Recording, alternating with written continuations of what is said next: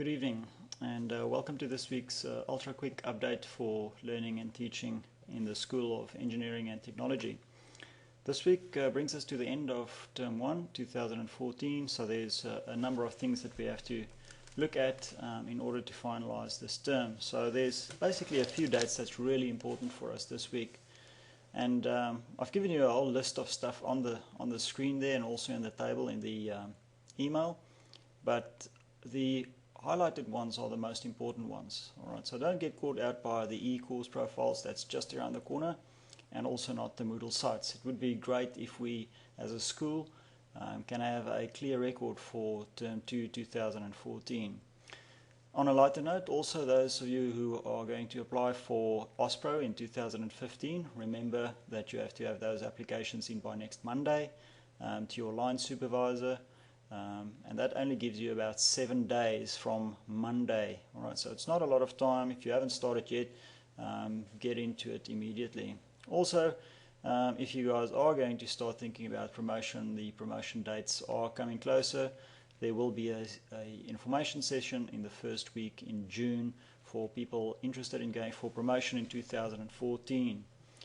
Alright, so those are the most important dates. Let's have a quick look at what's going to happen over the next couple of days.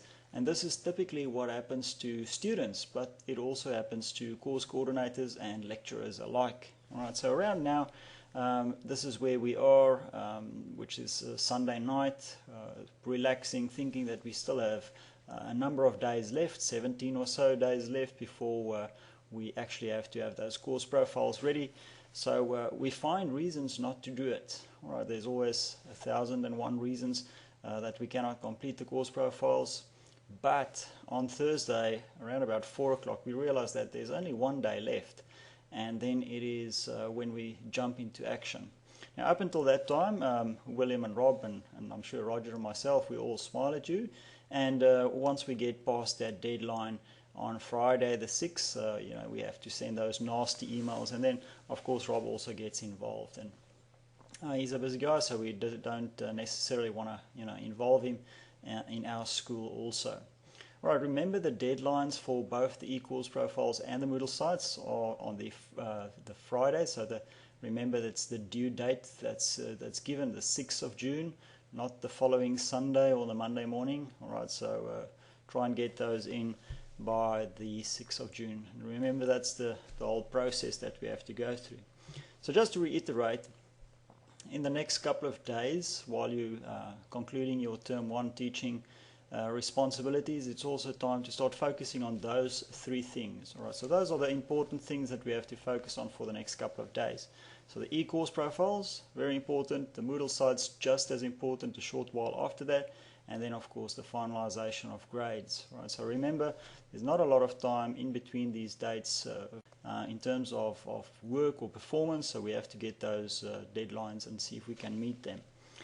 All right, so on a slightly different note, something that I want you all to start thinking about is the university is looking at the whole working from home issue. And although this is one of the major benefits that we have as academics, we should always try and be realistic about it. All right? So don't abuse the privilege that we have, because that's one of the reasons why we have so many policies, is because of abuse of the system.